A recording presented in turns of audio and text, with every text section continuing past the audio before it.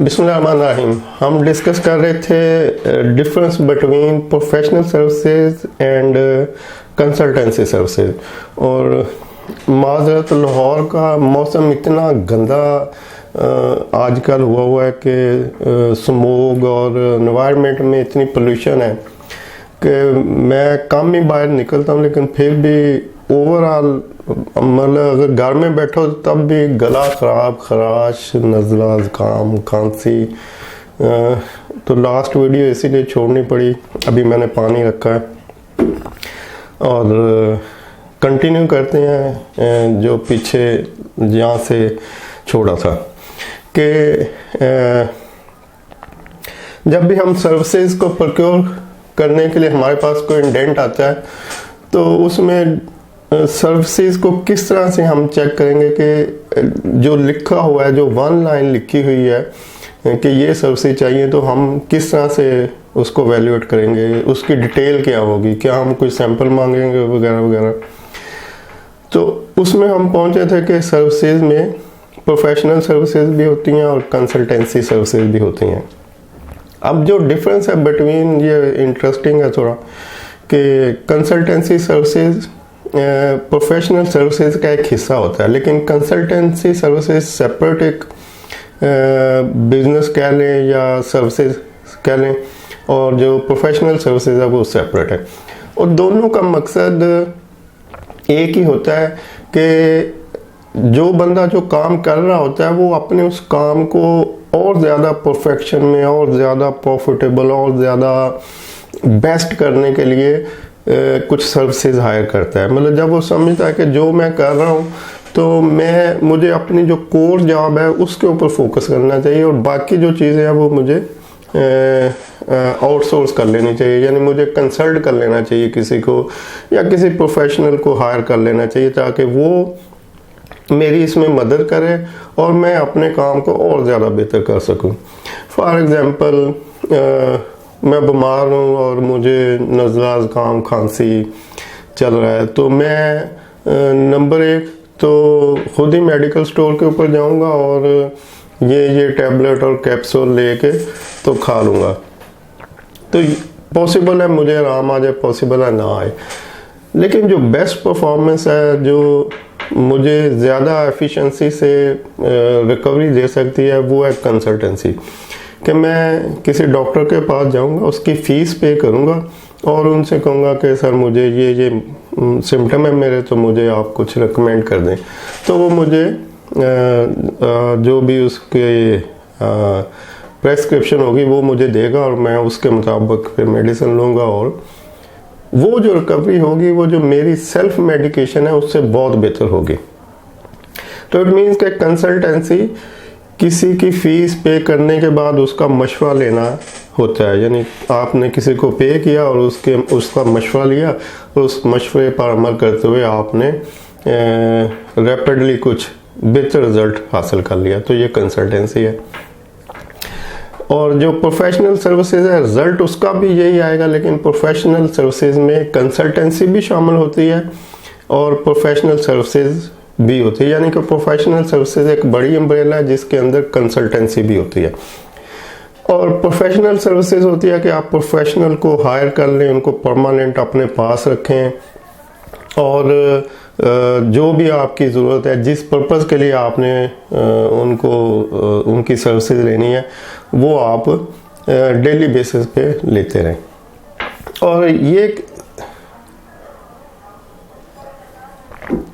और ये जो सर्विसेज होती हैं प्रोफेशनल की, ये किसी ऑफिस, फैक्ट्री, किसी भी बिजनेस में सब लोग जो बैठे होते हैं वो प्रोफेशनल होते हैं और वो पेड होते हैं मंथली, उनको मंथली सैलरी दी जाती है और कंपनी ने उनको हायर किया होता है। तो ये सब प्रोफेशनल होते हैं। ये अकाउंट्स का प्रोफेशनल है, चार्टर्ड अकाउंटेंट है, ये सप्लाई चेन का प्रोफेशनल है, ये सेल्स मार्केटिंग का स्पेशल है।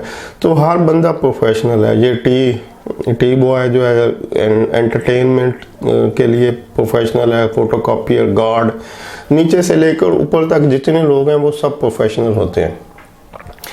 अब ये जो प्रोफेशनल है, इनको अगर फर्दर कुछ ज़रूरत पड़ती है तो वो कंसल्टेंसी ले सकते हैं। यानी कंसल्टेंसी प्रोफेशनल सर्विसेज के अंदर एक पोर्शन आता है कि अब कंपनी ने जितने भी प्रोफेशनल हायर किए हुए हैं तो वो अपनी बेस्ट प्रोफेशनल सर्विसेज दे रहे होते हैं, लेकिन उन प्रोफेशनल सर्विसेज के अंदर फिर कुछ स्पेसिफिक रिक्वायरमेंट आ जाती है, कोई छोटी माइनर 1 पॉइंट, जिसमें जैसे एक MBBS डॉक्टर को किसी वक्त हार्ट के ऑपरेशन की ज़रूरत पड़ जाए तो वो खुद ही अपना ऑपरेशन या अपने अजीज़ का ऑपरेशन शुरू नहीं कर देगा।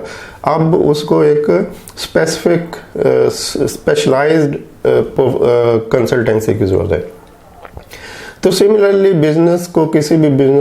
किसी भी वक्त प्रोफेशनल सर्विसेज तो उसके पास अवेलेबल होती हैं, लेकिन कंसल्टेंसी जो उस प्रोफेशनल सर्विसेज को और बूस्ट अप कर दे और बेहतर कर दे, वो लेने की भी ज़रूरत पड़ जाती है। जैसे प्रोडक्शन वाले जितनी प्लांट एंड मशीनरी होती है वो उनके ऊपर उनका अबूर होता है, वो एफिशिएंटली उनकी मेंटेनेंस उसको हैंडल कर रहे होते हैं। लेकिन जैसे ही वो प्लांट एंड मशीनरी अपग्रेड होती है, उसमें कोई नई चीज़ें आती हैं या नया वर्जन आता है, तो उनको फिर कंसल्टेंसी की ज़रूरत पड़ती है। यानी वो हैं फुली प्रोफेशनल लोग, लेकिन उनको फिर कंसल्टेंसी की ज़रूरत पड़ती है। वो कंसल्टेंसी डायरेक्ट वो मशीन मैन्युफैक्चरर भी दे सकते हैं या कोई थर्ड पार्टी दे सकती है कि मशीन मैन्युफैक्चरर कहे कि जी हमने सर्विसेज आउटसोर्स की हुई है तो आप फलां कंसल्टेंट को कॉल कर लें, वो आपको इसके बारे में गाइड कर देगा। तो हो फॉर अंडरस्टैंडिंग के आप कंसल्टेंसी सर्विसेज और प्रोफेशनल सर्विसेज क्या होती हैं उसका डिफरेंस समझ गए होंगे।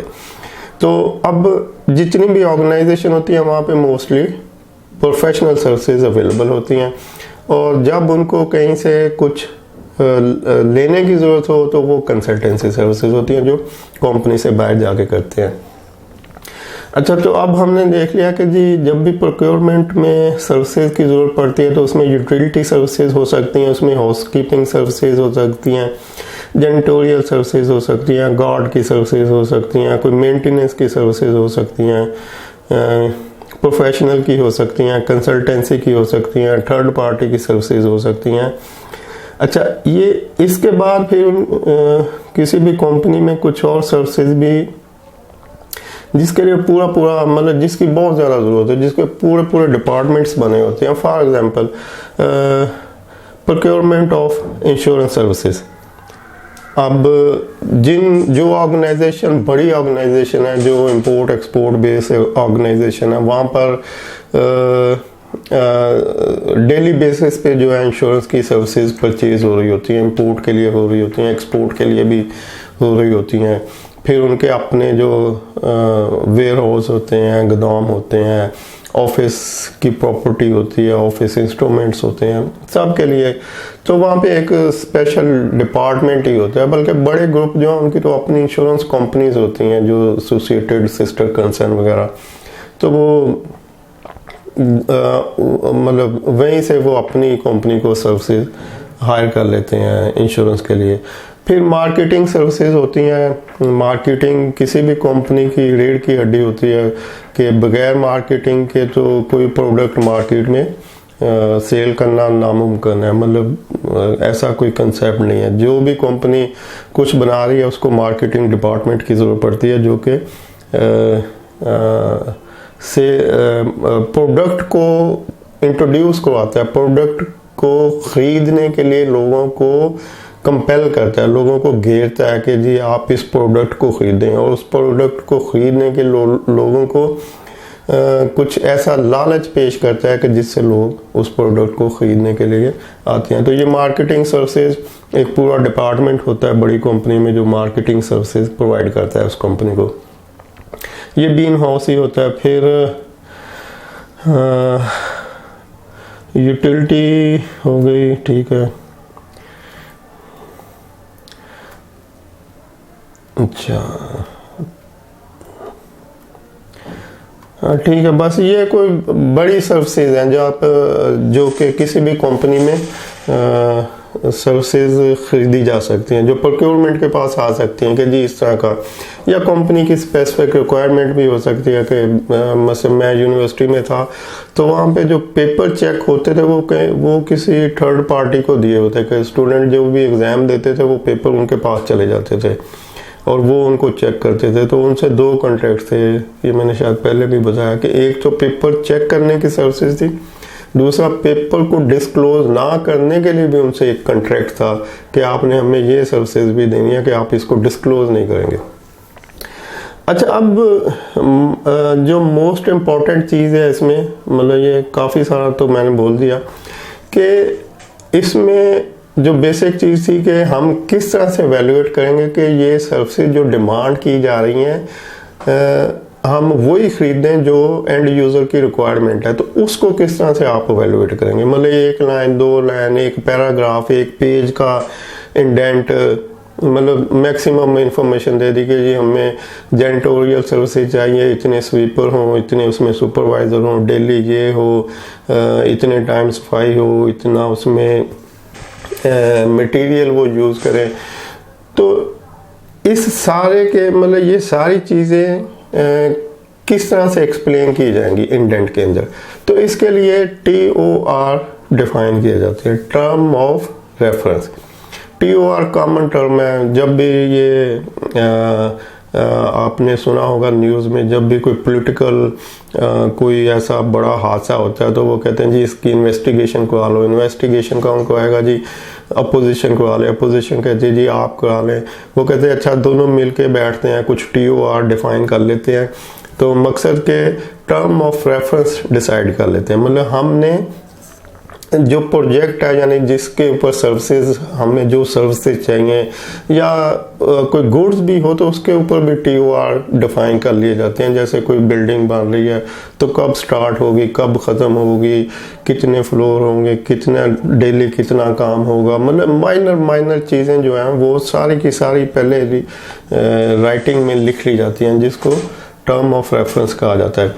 और सिमिलरली जब कोई कंट्रैक्ट किया जाता है, कंट्रैक्ट के लिए मैं नेक्स्ट डे एक पुरानी वीडियो भी लगाऊंगा जो बड़ी डिटेल में डिस्कस किया हुआ है कि TOR क्यों इम्पोर्टेंट है कोई भी कंट्रैक्ट नेगोशिएट करने से पहले, क्योंकि किसी भी कंट्रैक्ट का जो बेस होती है वो उसके टर्म्स होते हैं। अगर आप ये तो लिख देते हैं कि कंट्रैक्टर जो जेनिटोरियल कंट्रैक्टर वो लिक्विड सोप प्रोवाइड करेगा, तो अब प्रोक्योरमेंट समझता कि जी हमने तो लिक्विड सोप लिखा हुआ है कि वो कंट्रैक्टर करेगा, लेकिन कितना करेगा वो कहेगा कि जी आप 12 बजे जाते हैं, पता लगता है वॉशरूम में लिक्विड सोप नहीं है। वो कहेगा सर मैंने सुबह फिल किया था डिस्पेंसर तो वो ख़त्म हो गया। तो वो प्रोक्योरमेंट वाले कहेंगे कि भाई फिर फिल करो, इसमें क्या मसला है। वो कहेगा नहीं जी हमें एक ही फिल करने की इजाज़त है, हमें दूसरा दोबारा नहीं हम कर सकते। तो अब यहाँ पे प्रॉब्लम आ गई। तो इसका मतलब कि हमने जब टर्म ऑफ रेफरेंस डिसाइड किए थे कंट्रैक्ट नेगोशिएट करने के टाइम पे, जो चीज़ें लिखी थी उसमें ये नहीं लिखा कि जब भी खाली होगा उस वक्त फिल किया जाएगा। हमने सिर्फ ये लिखा कि आपने लिक्विड सोप अपनी सर्विसेज के साथ प्रोवाइड करना है और कितना करना है ये छोड़ दिया। तो इस तरह से जब भी कॉन्ट्रैक्ट नेगोशिएट होता है तो उसमें बहुत माइनर चीज़ों को भी राइटिंग में लाया जाता है। उसके टर्म ऑफ रेफरेंस जो है TOR डिफाइन किए जाते हैं ताकि बाद में किसी प्रॉब्लम में, लिटिगेशन में या कॉन्ट्रैक्ट को, सर्विसेज को कैंसिल करने का मसला ना आए। तो जैसे हम गुड्स की प्रोक्योरमेंट में देख रहे थे कि हम सैंपल मांग सकते हैं, उससे कुछ हेल्प मिल जाएगी, कुछ परफॉर्मेंस बेस्ड इंफॉर्मेशन मांग सकते हैं, कुछ और। तो जब हम सर्विसेज को प्रोक्योर करेंगे तो यहाँ पर हम TOR को डिफाइन करेंगे। जब भी हमें एक ज़रूरत पड़ेगी तो हम एंड यूज़र से कुछ TOR को डिस्कस करेंगे कि भाई इसके जो जेनिटोरियल की जो सप्लाईज होंगी मटेरियल की वो शामिल होंगी, नहीं होंगी, होंगी तो कितनी होंगी, क्वांटिटी कितनी होगी, कितने टाइम पे होगी, वगैरह वगैरह। तो मतलब जिस जगह भी कंफ्यूजन होगी उसके TOR डिफाइन किए जाएंगे ताकि उस सर्विसेज को मैक्सिमम बेहतर तरीके से हासिल किया जा सके। नई TOR होंगे तो फिर इसका मतलब कि किसी वक्त भी आपका जो सर्विस प्रोवाइडर है, कंट्रैक्टर है, वो भाग सकता है कि जी ये चीज़ तो कॉन्ट्रैक्ट में लिखी नहीं थी, तो ये तो हम नहीं कर सकते। तो इस तरह से मकसद सारे का ये है कि जब गुड्स इंडेंट में गुड्स होंगी तो उस इंडेंट के पीछे कुछ चीज़ें खड़ी होंगी कि जी सैंपल, इंफॉर्मेशन, परफॉर्मेंस वगैरह। और जब सर्विसेज का इंडेंट होगा तो उसके पीछे TOR होंगे। तो दो ही चीज़ें याद रखने वाली हैं कि जब भी इंडेंट समझ ना आए प्रोक्योरमेंट वालों को कि ये क्या चीज़ है, गुड्स क्लियर नहीं है, समझ नहीं है, अंडरस्टैंडिंग नहीं है, हम गलत चीज़ ना खरीद लें, या सर्विसेज क्लियर नहीं है, हम गलत सर्विसेज का कॉन्ट्रैक्ट ना कर लें कि बाद में कुछ चीज़ें रह जाएं।